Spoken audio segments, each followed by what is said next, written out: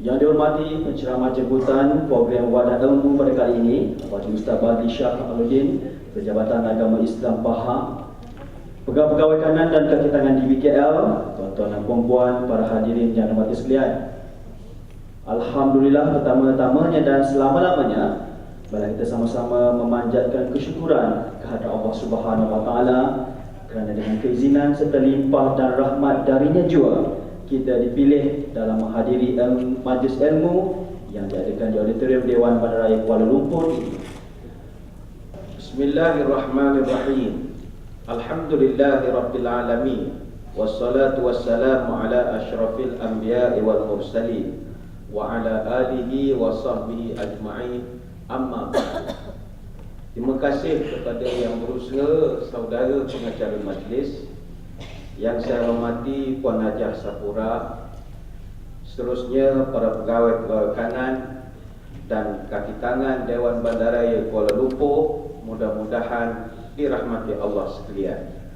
Alhamdulillah, dengan izin dan ketentuannya bertemu kita pada kesempatan pagi ini dalam program Wadah Ilmu Pegawai dan Kaki Tangan di BKL. InsyaAllah dalam kesempatan ringkas kita pada pagi ini, kita akan bincangkan tajuk sifat amanah tonggak integriti.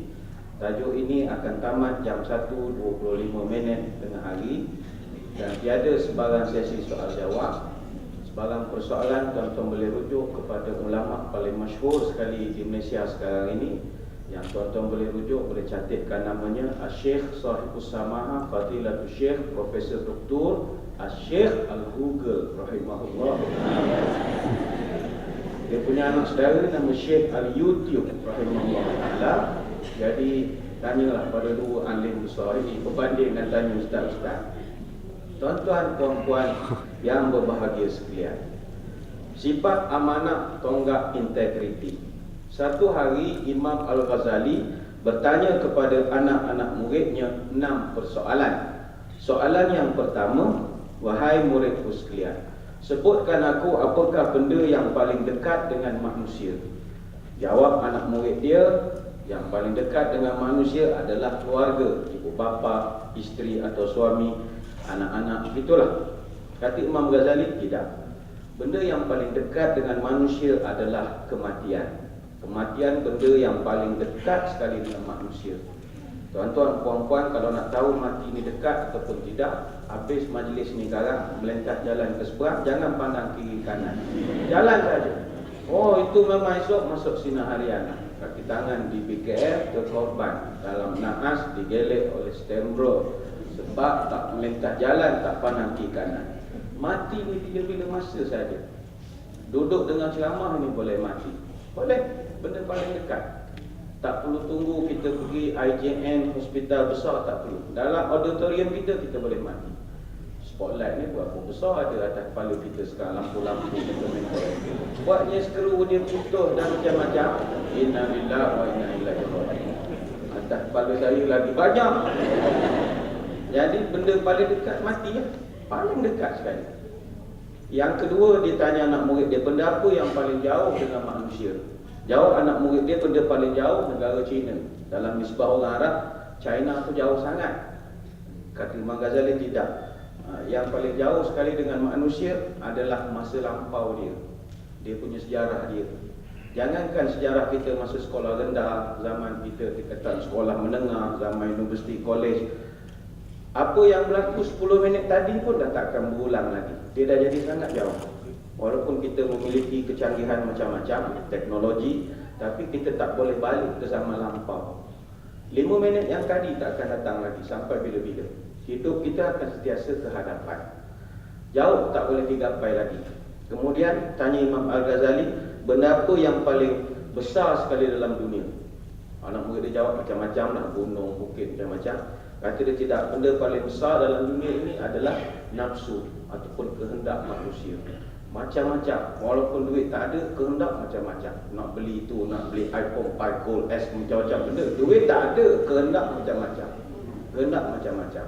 Lalu tepi jalan raya nampak iklan rumah baru Sandabi, itu ini, oh nak beli, tak kadang diri, rumah 1.3 juta, 1.5 juta. Yang poin 5 tu kita mampu, satu tu tak mampu. Tapi nafsu, nak juga. Ini nafsu benda paling besar sekali.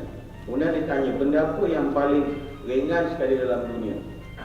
Anak murid dia jawab kertas, ada yang jawab kapas. Kata dia tidak, benda paling ringan dalam dunia adalah meninggalkan semayang. Dalam auditorium ini, saya kira majoriti belum pergi haji. Tapi kalau tanya kenapa puan-puan, tuan-tuan belum pergi haji, maka jawapan yang akan kita dengar kadang mengharukan kita. Saya ni ustaz, anak ramai, duit pun tak ada, habis bulan habis gaji, hutang macam ni, macam mana nak pergi? Kan sadis jawapannya. Tapi cuba tanya, kenapa abang tak semayang? Tak, saya pun tak tahu kenapa saya tak semayang. Orang tak semayang ni mudah. Hanya kerana meeting tak semayang, nak jumpa orang tak semayang. Jadi dia benda paling ringan sekali. Kemudian ditanya lagi, apakah benda yang paling tajam dalam dunia? Jawab anak murid dia, pisau parang atau pedang. Kata dia tidak. Yang paling tajam dalam dunia ini adalah lidah manusia. Sebagaimana tuan-tuan, puan-puan di hadapan saya, jarak kita agak jauh. Saya nak tikam dengan kerit, dengan pedang, dengan parang, mungkin agak payah nak sampai. Tapi saya boleh tikam, saya boleh bunuh puan-puan, tuan-tuan dengan mulut saya. Saya kutuk, caci, cerca, kutuk mak bapak, habis sebut dalam seluar, dalam apa, habis semua saya buat. Terus terduduk je lah. Kita boleh bunuh orang dengan lidah kita saja. Kemudian yang terakhir dia tanya, benda apa yang paling berat sekali dalam dunia? Maka jawab anak murid dia, macam-macam nak jawapan, besi macam-macam. Kata dia tidak. Yang paling berat sekali dalam dunia adalah memikul amanah. Benda yang paling berat yang mana Allah sebut dalam Quran, benda yang pernah Allah tawarkan kepada gunung, kepada laut, kepada hutan belantara, sanggup tak kamu pikul amanah jaga dunia? Tapi semua tak sanggup. Gunung Everest sebesar-besar dia tak sanggup jadi khalifah. Sebab itu bila Allah Ta'ala tawarkan kepada manusia, tiba-tiba dia menyanggup. Itu yang Tuhan marah sangat pada kita. Awak dah lah kecil, nak pula tanggung untuk jadi khalifah. Zirapah, gajah, rimau lebih ganas pada kita, tak sanggup mentadbir dunia ini. Jadi itu sebab bila sebut tentang memikul amanah, antara tanda-tanda Nabi sebut dunia ini akan kiamat, iza suni'atil amanah, apabila amanah-amanah ini doyi'at. Doyi'at ni apa artinya? Apabila amanah ini sudah menjadi semakin tidak ada, semakin menguncur. Apabila amanah ni sudah tidak ada lagi, fantaziris sa'ah, maka tunggulah saat kehancuran dunia. Amanah bila dipecahkan, maka dunia akan jadi kiamat. Jadi saya kira tajuk pada pagi ini sangat mustahak, memandangkan persoalan amanah adalah persoalan yang sangat besar. Di dalam Al-Quran, Allah Ta'ala membahaskan tentang persoalan amanah ini dalam pelbagai bentuk. Antaranya Allah ada ceritakan dalam Quran, hendaklah kamu ini menunaikan amanah kepada orang yang telah kamu berikan janji. Bila ulama kaji kepada kebanyakan daripada ayat-ayat Quran tersebut, didapati kebanyakan dari peristiwa itu berlaku pada zaman Nabi bila ada pelanggaran terhadap amanah. Sebagai contoh, ada satu peristiwa Sayyidina Ali radhiyallahu anhu ketika selesainya dia panggil Fathu Mekah ataupun pembukaan kota Mekah, Sayyidina Ali datang berjumpa dengan beberapa orang di Mekah. Dia nak ambil kunci Kaabah.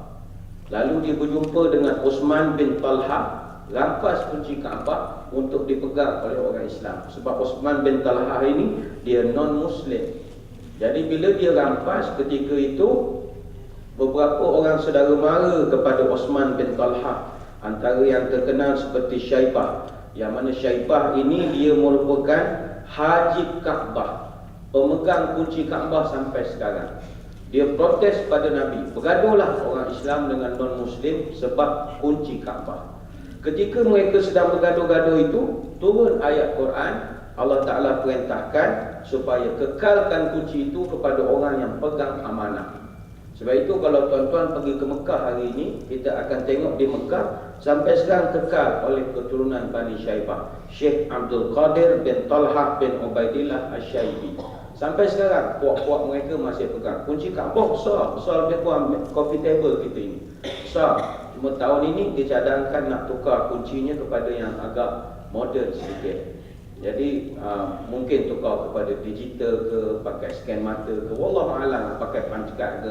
Di Arab ni payah sikit, moden-moden ni dia degi. Patutnya pakai digital je Kaabah tu. Teton, buka je lah.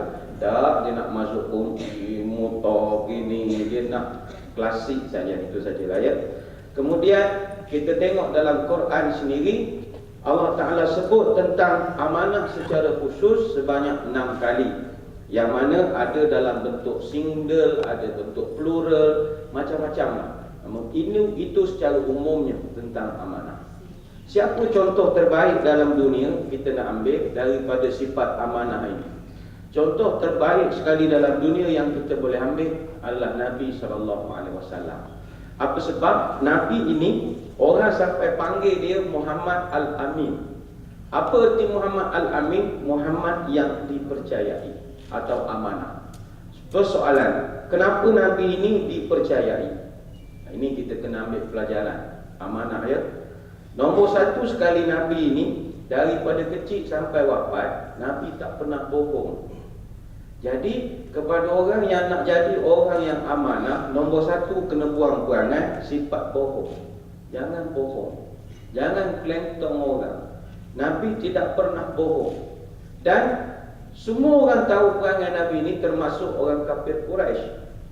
Kita kena ingat Nabi taruh nama dia Al-Amin. Itu bukan dia yang isytiharkan, orang yang bagi dia nama. Dia tak pernah declare, tuan-tuan, nama saya Muhammad bin Abdullah, panggil saja saya Muhammad Al-Amin. Tak pernah, bukan dia yang declare. Nama itu diberi oleh orang-orang Arab sendiri, termasuk yang non-Muslim. Macam satu ketika pernah orang-orang kafir Quraisy bermusyawarah, macam mana kita nak jahanamkan Muhammad ini. Perkembangan dakwahnya makin kuat, kita kena bunuh karakter dia sekarang. Jadi ramai mencadangkan, apa kata kita penjarakan dia? Cadangan ditolak. Kalau penjara, nanti dia buat perangai dalam penjara. Ada yang kata kita bunuh saja. Bunuh tak boleh, nanti keluarga dia tuntut bela.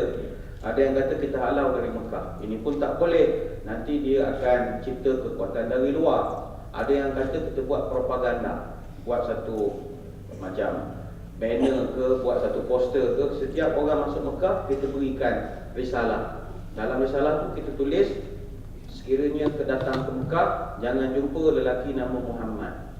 Bila dia buat begitu, lagi ramai orang jumpa Nabi Muhammad. Sebab manusia dia ada satu perangai, ini di BKL boleh belajar. Manusia ni ada satu perangai, dia panggil mamnu' mar'u. Apa arti mamnu' mar'u? Lagi dilarang, lagi dibuat. Oh, itu perangai tapi manusia. Bukan maknanya orang yang larang tu dia buat tu dia jahat, tak. Itu fitrah alam atau memang perangai manusia. Tengok anak-anak kita di rumah. Anak kita kecil lagi, tak tahu jahat baik, tapi dia dah ada dah perangai itu. Kita kemas ruang tamu, dia panjat je kursi, panjat sofa, kita mahu turun, lagi tinggi dia naik kan. Dia mamnu' mar'u. Turun, lagi tinggi dia panjat, dia main-main lagi dengan kita. Naiklah, jatuh pada muka, baru dia turun. Kan itu perangai manusia. Jadi kalau di BKL nak bagi buatkan disiplin pada orang Kuala Lumpur ni, kurangkan penggunaan jangan. Bila banyak jangan, lagi dibuat. Jangan buang sampah, berlambak sampah. Jangan merokok di sini, penuh puntung di situ. Sebab itu Dewan Bahasa suruh kita gantikan jangan dengan terima kasih. Terima kasih kerana menggunakan saya. Baru dia reti bahasa sikit. Terima kasih kerana tidak merokok. Barulah orang tidak merokok, dia sujud je, tak ada rokoknya. Jadi benda-benda begini boleh menjadikan pengaruh kepada manusia. Jadi bila orang kata jangan jumpa Muhammad, lagilah orang jumpa. Buat itu pun gagal. Akhirnya dia cadangkan, apa kata kita buat character assassination. Kita bunuh watak Muhammad. Daripada Al-Amin kita panggil Al-Kazzab. Muhammad yang dipercayai kepada Muhammad si pembohong. Ketika cadangan ini diutarakan, siapa paling kuat protes? Abu Jahal. Dia ketuk meja. Saya tak setuju. Saya tolak usul itu. Anak saudara saya ni daripada kecil sampai sekarang tak pernah bohong. Kamu semua jangan main-main nak panggil dia Muhammad pembohong. Dia tak pernah bohong pada satu-satu. Bayangkanlah tuan-tuan, punyalah dipercayainya Nabi itu, amanahnya. Maka pelajaran pertama kita kalau nak jadi orang amanah, hendaklah buangkan sifat berbohong. Buanglah. Orang kita bohong dia mungkin kurang, tapi tak telus itu ramai. Bohong ini termasuklah transparent. Dia tulus, mulus, jujur, kudus, mulus, tulus, transparent. Itu juga orang amanah. Al-amin. Ada orang dia tak suka bohong, tapi hidupnya ada samar-samar, ada sisi gelap yang kita tak kenal. Family kita tak kenal, dia duduk di mana kita tak tahu. Samar-samar kehidupannya. Bila tanya jawapan tak pernah berpijak di bumi nyata. Puan berapa umur? Rahsia. Astagfirullahaladzim. Tak telus. Ini tidak dipercayai. Umur pun nak sorok buat apa? Kami ustaz-ustaz ni kenal sangat ilmu bab orang perempuan ni. Kalau tengok tangan kami tahu umur berapa. Baik tu Imam Syafi'i beritahu nak kahwin tengok tangan. Apa sebab? Pada tangan menceritakan 1001 rahsia. Tengok tangan tahu umur dia berapa. Apa sebab? Tangan kita ada rahsia. Tengok tapak tangan, tengok belakang tangan. Dia punya tulang antara jari-jari ni, kalau dah boleh tahu air minum sini, Rasulullah mengaku muda. Dah boleh minum. Tebeng sini, tebeng sini, kiri layer sini. Oh, tak mengaku 20-an, 30-an, apa benda tangan begitu. Sebab tangan tak boleh kotor, tangan ni tak boleh vitamin C. Muka boleh tipu, muka berlambak orang tipu. Ada orang di China, bapak lah lawa perempuan, anak dia muka pecah rumah semua. Apa sebab anak jadi tak lawa? Mak muka hidup kepalsuan, palsu semua muka itu. Ayah dia kan saman kan? Dia saman isteri dia sendiri. Sebab tiga-tiga orang anak dia tak lawa. Oh dia marah sepi ni. Bapak lah lawa ya. Macam patung Barbie je. Rupanya kepalsuan. Hidup dalam palsu. Gigi palsu, hidung palsu, bulu mata palsu. Hidup dalam kepalsuan. Orang lelaki pun sama juga. Bila tanya, abang umur berapa? Saya ni kalau dah pakai-pakai, tolak cuti umum, cuti semua tinggal 25. La ilaha illallah. Tidak telus. Dia punya auta dia banyak. Orang ini tak boleh. Jadinya tuan-tuan sekalian, nombor satu, mari tinggalkan sifat bohong. Bohong ini dosa yang mana kalau dibuat secara berulang-ulang boleh menjadi dosa besar. Dia bukan dosa besar, tapi kalau dibuat berulang-ulang dia jadi dosa besar. Jadi itu sifat yang pertama lah yang kita kena berusaha untuk tidak lakukan, iaitu sifat berbohong. Dan ingatlah tuan-tuan sekalian, kepercayaan ni modal terbesar untuk kejayaan seorang manusia. Orang tengah kaji kenapa Nabi kita dia berjaya dalam misi dakwah 23 tahun sahaja. Sedangkan Nabi-Nabi lain ambil tempoh sampai 1000 tahun. Nabi Nuh 950 tahun. Berapa downline dia yang ikut cakap dia? Tak sampai 40 orang. Itu pun 40 bukan semuanya orang. Rimau, gajah, yang naik kapal itu kan. Nabi kita, dia buat kerja selama 23 tahun sahaja. Tapi dakwah Nabi boleh sampai pelosok dunia. Bukan sekadar Mekah, Madinah. 23 tahun Nabi buat kerja, dia punya ajaran boleh sampai ke kampung layang-layang kiri di Parit, Perak. Tak pelik, orang Parit berheran macam mana boleh sampai ke Perak. Dia punya ajaran tu boleh sampai ke kampung darat Ulu Point, di Ulu Terengganu. Boleh sampai. Di Ulu Terengganu tu ada satu kampung, nama dia Kampung Darat Ulu Point. Nama kampung tu Darat Ulu Point. Dalam darat Ulu Point. Paling ujung sekali dalam peta negeri Terengganu. Kami boleh sampai.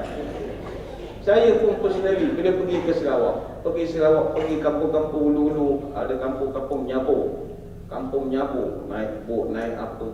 Tapi bila kita pergi tengok ada masjid, orang azan pula, Allah, kita jadi nak nangis tau. Sebab kita macam sampai dakwah ke hutan Itu hebat, legendnya Nabi kita.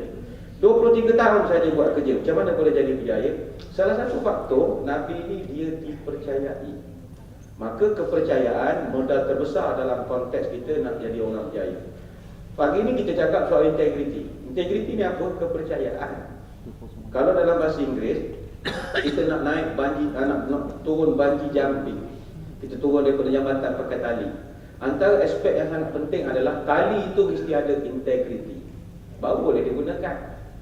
Orang payung terjun, para troopers nak terjun kepala dulu, kaki dulu, tak kira lah. Orang nak turun daripada kapal terbang itu, antara peralatan parachute tu syarat dia mesti ada integriti. Apa maknanya? Kepercayaan. Kalau parachute tak boleh percaya, nak pakai? Oh, tak berani. Kita nak naik lift KLCC 80 tingkat. Kalau lift tak ada integriti, perempuan nak naik, tuan-tuan nak naik, kan meninggal dalam lift. Oh, putus wayar, mati gitu saja. Semuanya mesti ada integriti. Tanya rakan-rakan kita yang kerja di CIDB, yang kerja cek bangunan apa semua, pastikan pancang-pancang apa, cekacok, cerucuk apa semua. Nak pastikan integriti, baru bangunan tu boleh didirikan. Sebagai contoh di Ipoh, kenapa bangunannya tak boleh tinggi-tinggi? Sebab tanahnya tidak ada integriti. Kalau nak masuk tiang piling saja, buat bangunan 4 tingkat okeylah. Kalau nak buat bangunan tinggi saja, kurang-kurang 10 tiang baru boleh masuk, baru tong-tong-tong-tong. Bangunan bunyi kat bawah. Sebulan ketuk baru sampai. Ting baru bunyi. Tu bangunan dia tak tinggi-tinggi, tanah lombong, tak ada integriti. Sebab itu kepercayaan, dan Nabi ada integriti itu, kepercayaan itu hasil daripada perangai Nabi. Pertama tadi, tidak pernah berbohong. Integriti, tidak pernah berbohong. Dalam konteks kita penjawat awam ini, marilah saya nyuruh pagi ini kita di DBKL, pertama kita buang budaya di pejabat kita ini. Nombor satu sekali adalah budaya on the way. Asal orang tanya, kau kat mana? On the way. Hantar mesej, mana? OTW. On the way ni pembohongan terbesar penjawat awam. Kita lepas pada ni, kalau orang tanya kau ada kat mana? Bawah meja tidur. Jawab secara jujur. Ngantuk bawah dengan bola. Cerita betul-betul. Sebab on the way ni Allah menipunya lah. Orang on the way ni dia membohongi orang lain secara diplomatik. Kita, saya banyak jumpa orang, bila dia jawab on the way, yang tukang jawab tu ada depan kita lagi. Saya pernah jumpa ada satu orang, bos dia telefon. Dia baru sampai, baru order nasi lemak, telur goreng apa, teh tarik apa semua. Bos dia telefon. Dia dalam perjalanan nak pergi mesyuarat, payah dia bawa ni, sehingga minum dulu. Bos dia tanya kat memang, kau mana? On the way bang, on the way, on the way. On the way baru order. Baru order nasi lemak. Kalau saya jadi bos, dia sakit jantung kita menunggu. Nak prepare dah tak boleh tu semua.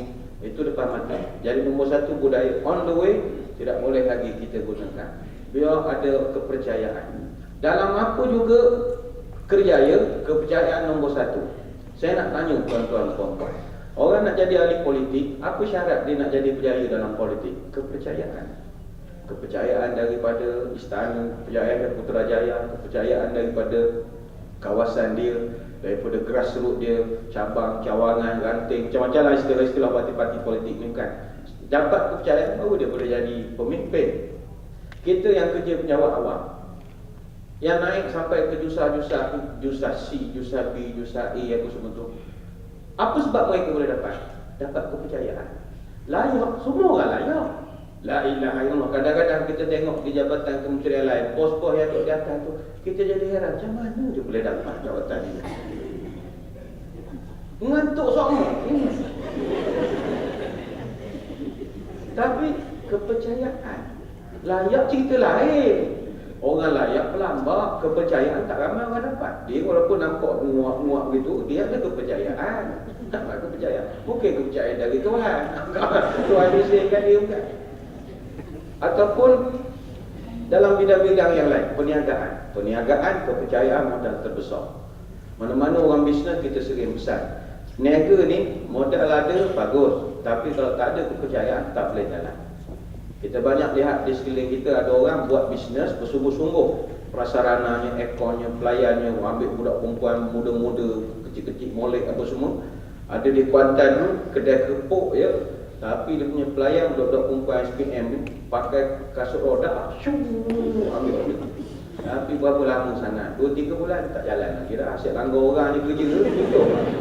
Tapi kadang kita tengok ada kedai tertentu, nampak kedai tu buruk saja. Nampak kedai tu simple, tapi orang beratur banyak. Kepercayaan modal terbesar dalam kehidupan. Jadi nombor satu, integriti kita adalah tinggalkanlah bohong-bohong itu. Yang kedua, saya melihat dalam konteks kita pejabat awam dari segi integriti ini adalah, dulu ada satu kajian pernah dibuat oleh Institut Integriti Malaysia, IIM, dengan kerjasama Intan, Bukit Kiara. JPA pun terlibat dalam kajian. Masa zaman Pak Lap Perdana Menteri dulu, kita ada program seperti PIPA. Sekarang tak ada dah. PIPA ni program integriti perkhidmatan awam. Kami penceramah ada 2-3 orang yang dipilih untuk jadi jurucakap kepada PIPA. Kena pergi khusus belajar apa integriti supaya senang nak bagi taklimat pada katitangan kerjaan. Jadi dalam kursus tersebut kami diberikan pendedahan banyak tentang kepincangan dalam sistem perkhidmatan awam. Antaranya adalah menurut kajian, orang kerajaan ini paling banyak pecah amanah 3 perkara. Paling banyak sekali. Pertama, harta awam. Yang kedua, wang. Yang ketiga, masa. Paling banyak sekali. Kalau kita tengok, pertama harta awam. Apa makna harta awam? Di pejabat kita ada harta awam. Harta awam ni dalam bahasa mudah, harta yang ada di pejabat kita, yang mana harta tu bukan harta bakok kita. Itu harta awam. Apa maknanya? Itu bahasa jawapan kampung lah. Jangan jawab dalam periksa pula, tak lulus jawab itu. Bukan harta nenek moyang kita. Contoh di jabatan, di pejabat kita, ada komputer, ada mesin fax, ada macam-macam. Itu bukan harta benda kita, harta kerajaan. Mungkin sebut harta kerajaan, kita tak rasa benda tu penting. Kerajaan kan duit banyak. Okey, kita sebut harta awam. Harta awam ni duit rakyat. The taxpayers money. Yang mana kalau orang kewangan dia lebih faham lah. TWFP, kalau keperluan disatukan, jadilah harta awam. Panjang flownya itu. Tapi secara umum harta awam, harta yang orang ramai punya. Contoh mudah, dalam dewan kita ini, dalam auditorium kita ini pakai lampu. Ini lampu bukan buat sikit-sikit punya buat. Pandang pun tak boleh ni, main ratus-ratus punya buat ni. Ini elektrik mahal. Lepas tu kita pasang aircon. Aircon bukan aircon YORK dah. Ini aircon centralized punya aircon. Semua pakai elektrik. Ini elektrik siapa bayar? Siapa bayar? Tuan-tuan bayar. Sposim Pulau 7 pun tak bayar elektrik dewan auditorium. Jangan kena dewan pejabat kita pun kita tak pernah bayar. Saya tak tahu apa Dr. Bandar buat peraturan. Pada ni kaki tangan di BKS kita potong sposim seorang untuk nak bayar utility jabatan kita. Tak ada. Kalau buat begitu, masuk mahkamah, kamunya orang saman dia. Kiopek Datuk Omar datang masuk TV, CNN datang, Tentara Mesin panggil, kita akan protes sebab tak boleh ambil duit kita untuk bayar. Habis kalau bukan duit kita yang bayar elektrik ini, siapa bayar? Siapa bayar? Inilah yang disebut harta awam. Ingatlah tuan-tuan, Omar bin Abdul Aziz. Yang mana Omar bin Abdul Aziz ini dia adalah seorang khalifah yang sangat dihormati di dalam sejarah Islam. Dia jadi khalifah selama 2 tahun 5 bulan saja. Dia pegang jawatan tidak lama. Tetapi namanya sampai sekarang dicatat dengan tinta emas. Orang tak ada cerita buruk pasal dia. Dia khalifah zaman Bani Umayyah. Walaupun dia dengan khalifah sahabat yang 4 tu jarak jauh, tapi orang panggil dia khalifah Islam kelima. Abu Bakar, Omar, Osman, Ali, Omar bin Abdul Aziz. Padahal dia bukan zaman sahabat, dia zaman dah bawah-bawah kerana dia terlampau amanah. Cerita yang paling masyhur, satu malam dia buat kerja waktu overtime lah, pasal lampu pelita. Tiba pintu pejabat dia ketuk orang, dia pun buka. Dia tengok kawan dia datang, dia tanya, datang dia malam ni? Asal dia jumpa awak siang sibuk sangat, malam jangan boleh jumpa. Main duduk. Dia pun tanya, ni awak datang ni nak sembah hari kerja ke? Cerita kosong. Kata kalau tak sembah kosong je. Sembah kosong. Sekejap ya, padam. Gelap gelita. Kalau dia takkan borok dalam gelap. Jawab Omar, saya tadi buat kerja tu pasal lampu. Awak datang nak borok kosong saja. Saya tadi pakai lampu ni pakai minyak. Minyak ni duit rakyat. Kita nak sembah hal kita, jangan pakai duit rakyat. Boroklah gelap, borok sampai pagi. Apa pelajaran? Kita boleh amalkan benda ini. Katalah di pejabat, partition kita, bilik kita ada aircon. Tiba datang kawan kita nak cerita pasal bola, Kelantan, orang Pahang, Johor, JLT lawan Sarawak. Tanya ni mari sini ni nak cerita anda, hari kerja ke anda? Jawab pasal bola je. Bola, sekejap ya. Ambil remote aircon tutup. Pakai peluh-peluh lah. Member tanya, bapak tutup airconnya? Aku tadi pasang aircon. Aku buat kerja. Kita ni nak borok air bola, jangan pakai duit rakyat. Masuk surga lah. Kalau perangai kita masuk surga lah. Masuk surga lah kita ya. Jadi malu kita menyeleweng harta awam. Ada begitu begitu juga menyelami wang. Wang ni saya tak cerita sangatlah. Mungkin tak melibatkan kita, mungkin melibatkan rakan-rakan kita di Kementerian Kewangan, di pendaraan yang jaga duit bilion ini. Setakat juta-juta ni orang tak pandang. Bilion penyelewengan wang. Yang ketiga, penyelewengan masa. Paling banyak sekali tidak amanah. Waktu kerja 8.5, 7.30, 4.30, 8.30, 5.30. Tapi menurut kajian JPA, Jabatan Perkhidmatan Awam, dalam sehari orang kerajaan hanya kerja 2 jam saja sehari, yang efisien betul. Waktu yang lain apa benda dia buat? Dalam bahasa kampung dia panggil ngulau. Kuala Lumpur tak tahu dia panggil apa? Dragon. Oh, bukan ular, snake lah, dragon aja. Kalau Kuala Lumpur ni dragon. Dragonfly. Dia flying out together. Tak tahu mana dia pergi lah. Missing in action. Datang tanya, telefon. Kau mana? Aku pergi bank. Berapa bank? Masuk check. Okey, jumpa esok. Datang lagi. Ada lagi. Kau mana? Aku kat bank. Semalam bank ini bank. Kau mana? Cek tendang orang. Bank telefon. Okey. Esok datang. Kau mana? Kat bank. Kau ni kerja bank ke kerja ni? Banyak tak tahu benda kerja lah sekarang. Ini susah kita ya. Tuan-tuan sekalian, bila cerita tentang amanah kepada soal integriti, saya nak kongsi tentang ini ya. Tengah hari. Saya nak kongsi tengah hari. Kita kerja kerjaan ada risiko. Kalau tak sanggup terima risiko, jangan kerja kerjaan. Apa risiko paling besar kerja kerjaan? Risiko paling besar kerja kerjaan, nombor 1 sekali lah, taat perintah. Itu nombor 1. Kalau rasa awak tunan parameswara tak boleh kena agak, jangan kerja kerjaan. Jadilah parameswara. Kerja kerjaan mesti kena taat perintah. Sebab kita punya tagline SYMP, saya yang menurut perintah. Tak sanggup kena perintah, berhenti jadi pemerintah. 2014 September lah mana-mana. Kok Kadir menang, jadi ahli majlis, hentaklah kami ni orang penjawab awam. Siang malam tak boleh ketuk sorak gini, geling. Tak ada. Tapi once kita penjawat awam, mesti taat perintah kepada majikan, pada stakeholder, government of the day, macam-macam lah kaedah-kaedah yang kita dah faham. Wajib taat perintah. Dia panggil dalam kajian ini, rules number 1, boss is always right. Rules number 2, if the boss wrong, go back to rules number 1. Tak faham ya? Peraturan kerja kerajaan, undang-undang nombor 1, bos sentiasa betul. Peraturan nombor 2, kalau bos salah, pergi balik peraturan nombor 1. Kod mana bos? World, legend. Kita tak boleh lawan bos. Tapi kita bukan ketaatan tertulis, sebab kita ketaatan secara bertahap. Sebab kita ni dia panggil perkhidmatan awam, daripada bahasa Arab yang dimelayukan. Perkhidmatan. Khidmat itu bahasa Arab. Apa makna khidmat? Dalam bahasa Inggeris panggil service. Orang yang melakukan khidmat dia panggil khadam. Kita ni semua khadam semua ni. Semua khadam semua ni. Tapi khadam bergrade. Ada khadam 17, ada khadam 27, ada khadam 29, ada khadam 41, ada khadam 44, ada khadam 48, khadam 52, 54, dosa A, terus 3, terus 2, terus 1. Semuanya khadam. Khadam kena buat kerja cara khadam.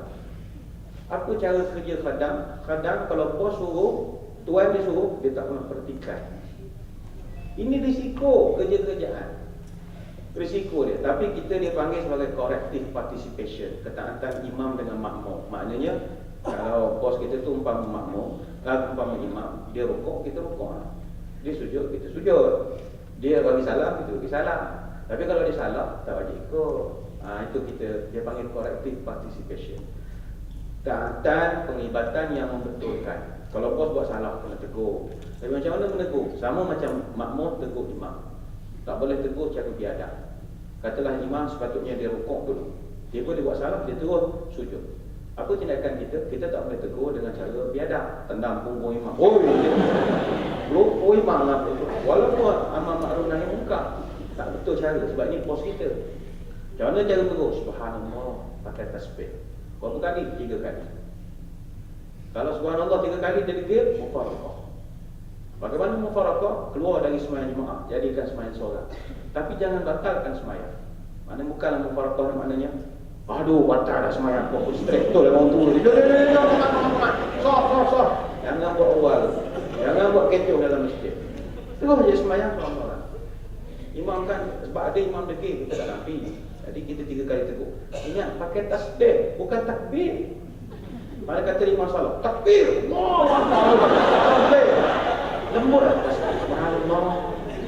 Subhanallah. Nak menggambarkan halusnya kita dengan bos kita. Halus boleh takbir kan semangat kan? Tak boleh tasbih. Perempuan tak boleh bunyi suara, tepuk tangan saja. Bukan Puan Mamai ada terkali. Banyak share YouTube nanti tunjuk. Share al YouTube rahimahullah ta'ala. Dia akan tunjukkan contoh. Dia ada kaedah-kaedah. Itu bos kita. Maka tegur cara baik. Apa risiko kedua kerja-kerjaan? Ini balik pada amanah dan integriti. Risiko kedua kerja-kerjaan, kena sanggup tak kaya. Siapa yang nak kaya, berhenti je lah. Sebab kerja kerajaan ini mustahil kaya. Siapa kerja kerajaan kaya, dalam kubur memang kena belik dengan ular. Sebab something wrong somewhere. Apa sebab? Mustahil. Kecuali dia kahwin dengan anak tuan tanah Kedaung. Itu lain. Waktu tua dia tanah, dah tak tahu tanah mana, ada geran tak tahu mana tanah. Punyalah banyak je tanah. Itu cerita lain. Atau dia kerja di BKF perempuan tapi suaminya kontraktor. Kelas A, memang tinggi betul. Dia berani naik N17 pergi naik Mercedes yang ini. Sebab suami dia lelaki dia kaya. Itu cerita lain. Tapi kalau kita grade 48, isteri cikgu sekolah grade 44, tapi rumahnya boleh tengok keadaan lain macam. Orang begini kalau hidupnya kaya raya, something wrong somewhere. Tak percaya suruh dia istihar. Pecah komputer tu dia dalam rumah tu, pecah habis. Berasak komputer. Tak muat nak masuk kolom harta benda dia tu. Something wrong. Bahkan Nabi pun menyebut dalam sehari Allah turunkan 10 rezeki, 9 daripadanya adalah untuk business people. 1 portion saja turun untuk orang makan gaji. Macam siapa? Macam kita semua. Moral hadis ini, siapa makan gaji tapi kaya raya, memang something wrong somewhere. Kalau yang ada di depan saya ni, hari ni 20 hari bulan, ngap paling. Sebab kita itu gaji awal, raya itu dapat dah. Nak menunggu minggu depan, sengok kan. Ini mana masjid buat ceramah, satu keluarga pergi, makan beli. Pas ceramah ada makan, alhamdulillah. Jadi sahabat masjid kita minggu ni. Biasa tak pernah pergi sekeluarga, pergi kita je lah kan, bawa motor gede-gede. Lepas dia tiap malam cari masjid. Baik ada program ceramah, ada nak makan. Siapa yang tak sanggup terima risiko ini, berhenti je lah.